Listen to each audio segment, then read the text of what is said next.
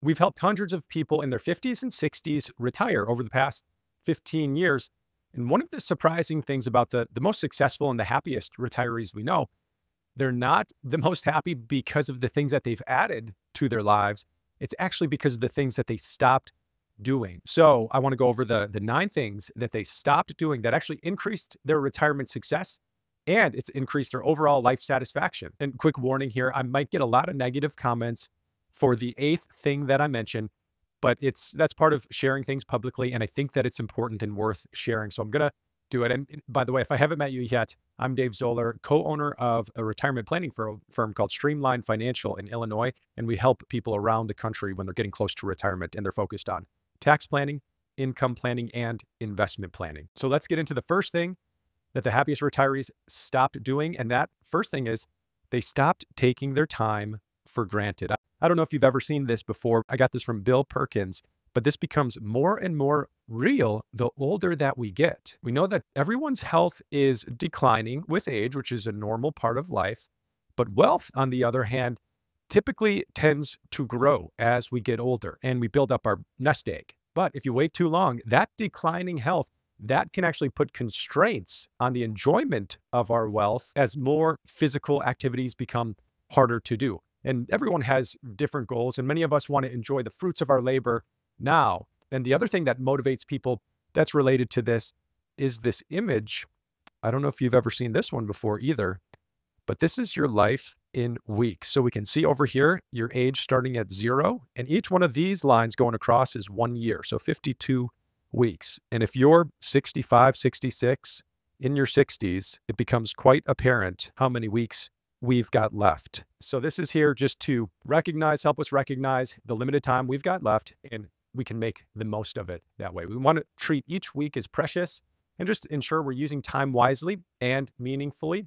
Now, if work is that place that brings joy and it brings purpose and meaning to your life, then keep going. By all means, I'm not saying retire if there's something you're doing that you're loving, but if the stress and the negative of work is starting to really outweigh the positives of work, maybe it's time to start thinking about or getting serious to what's next, it's a good segue into the next one, which is some of the happiest, most successful retirees. They stop saving unnecessarily. We've met dozens of people who have enough and they're not going to run out of money, but they keep working. And it's not just for the reasons of joy and fulfillment and purpose of work, but every 6 months they say, I'm just going to work another 6 months, or I'm going to do 1 more year. And the main reason is not because of the meaning, it's because of they're thinking they're adding added security to their retirement plan. But here's the secret. When you get to this point, and maybe you've been there already, the amount that you have will never feel like enough. Now, it takes either a real big event at work or just a realization at work to know that you have enough, or some internal reflection. But it's true, adding more can actually feel like you're adding security to your life. Or maybe it is a thought of adding an increased lifestyle in the future and why you're working more and saving more. But the trick here is to add to your plan and do an income plan. And then what if you do work an extra year? How is that going to impact the long-term outcome? Did it go from a 98% success rate to a 99% success rate? Well, is that really worth the extra year of life, that limited time that we have? Is that worth it? You've spent a lifetime saving. If you've got a solid financial plan, think about enjoying the fruits of your labor today, because we don't know how much time or how many weeks we have left. And this actually leads into the third point, which is the most successful retirees that we've seen stopped compromising their health. I spoke with a couple just recently through a video call, and he said, I think I'm getting ready to retire. And I said, that's great. Exciting. Tell me more. And he said, it's stressful. It's getting more stressful now too. And he detailed some of the reasons behind what he was feeling. And then I asked his wife and I said, Sarah, what do you think about it? And then she said, Jim, can I be honest? And he says, yeah. And she says, Dave, this job is hurting him. The stress is horrible. He comes home late. He's always thinking about work. He has no time to exercise. His sleep is getting impacted. It's visible by him and me. And Jim, the whole time, was in agreement of this. And this is the conversation, we kept talking about things. And this was one of the motivations to think about what's next for Jim. And what he knew he wanted to do was prioritize health and well-being over other obligations. He wanted to focus on sleep, nutrition, and exercise, and those foundational things we need. And it was time to stop investing time in the added income or the savings, and then start investing time and resources in maintaining both physical and mental health. Now, before we get into the next one, if you'd be so kind, can you let me know how you're thinking? How is this so far? Is it helpful? I'd also love to hear from you in the comments. Have you ever had this conflict in your mind of work and health?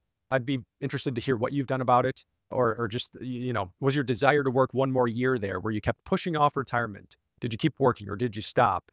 A lot of times people say the comments are super helpful to see what other people are going through who maybe are a few years ahead of them. But let's get into the next thing. And that is the successful retirees, they stop worrying so much. There's so many worries that are really being spoon-fed or fed down our throats every turn, whenever we turn on the news or the newspaper. And that can cause unnecessary fear in our life. And it can actually impact our financial life as well. And it's a lot of times it's not even a real fear. And let me see if I could pull this one up. I've heard that fear is the caution over a real and present danger, but a lot of times it's anxiety, which is worry over an imagined thing, a future danger that hasn't even happened, which reminds me of that Mark Twain quote. I've had a lot of worries in my life, most of which have never happened. And there is an antidote to worry, and it's not just to not worry. It's really just the realization that there's things in life that we can't control, right? We can't control the markets or inflation or interest rates or what's happening in the world or the elections, but we can control things that are somewhat related, like your portfolio allocation, taxes, expenses, spending behavior, and how much news you are watching. It's amazing to see the visible difference between lightening up on news consumption and happiness, directly correlated. So the famous verse is, don't worry about tomorrow. Tomorrow will worry about itself. Each day has enough trouble of its own. Worrying doesn't take away tomorrow's trouble. It just steals today's peace.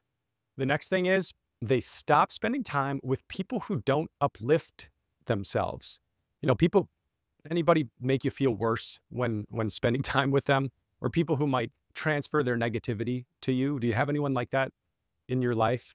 Sometimes it might be a family member, which is always difficult. And, you might be one of the only people in their life. This actually has happened just recently, a real life example. A client couple was talking. They were in the office and we were talking through some things, and they've got somebody in their life that is a family member who doesn't have anybody else that they love, but the negativity is just so much. And a lot of times a positive person and a negative person meet, and the negativity can just take over and zaps all the energy from the positive person. So every time they get into their house or visit this person, they just get mentally prepared, and they see themselves as a light, right? And this negativity as a darkness. The light can drive out the negativity. That's how they view it, to pump themselves up. But there's other solutions too, right? You can have a candid conversation with that person about how the subjects they talk about drain you, and just how it impacts you, and just be honest, because you can share. It makes you feel worse about yourself or about life in general or whatever it might be, and just how difficult it can be when they talk about these things. The other thing you can do, if it doesn't ever change, and people do this, it's again harder with family, but you can just be upfront and then maybe start to distance yourselves. Hard to do with family, but being honest and open about it, I think is a way to go if this is something happening to you. Now, the next thing successful retirees stop doing is they stop spending money on things that aren't aligned with their values. If you haven't done the values exercise yet, then think about taking 10 minutes. I'll put another link in this video at the end of minute number 2 of the 4 uncomfortable retirement truths. So that'll pop up, and it's just a few minute exercise that will walk you through, and you'll see that coming up after this video. But a short action step now is just reflect on your spending over the last month or year to date. Think about investing in experiences and relationships that bring genuine joy, rather than just material possessions that might bring just limited time happiness. Next is the one that it could get a lot of pushback, And that is the happiest retirees stop over supporting their adult children, which is often, it creates dependence among the kids, right? This is so hard because our kids, it feels like it's our responsibility and we're the reason that they're struggling. But I think that we can agree that you've got less time than them, right? It's important to make sure that your retirement is shored up and secure before extending financial support to adult children. You know, they've got more time and they have the ability, most likely, in other means to improve their finances, where you're towards the end and you're starting to use those finances to support you for the rest of your life. So that's a hard one, but that's a big one we see. The next one, it's related to really the biggest regret that people have said on their deathbed. And that comes from the Bronnie Ware book on the 5 big regrets. And the big regret is, I wish I had the courage to be true to myself and not the life that others expected from me. So what the happiest retirees do, they stop pretending to be someone that they're not, right? Be authentic, be your true self, embrace who you are. Stop trying to conform to the people around you or others' expectations.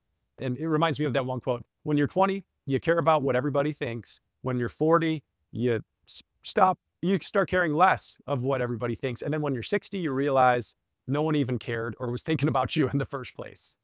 And the next thing is stop living with regret. So let go of those past regrets and start living in the present and living in the future too, because your future is bigger and better than your past. Here's the proof. If you're 60, if you're 70, you've got some things to look forward to. Look at this chart of peak satisfaction for people and ages. Here's a normal retirement date of 65, and it's interesting, all the way into 70s, and things stay pretty good towards this period of life. We've seen this is the area of most contentment in life out of their entire life.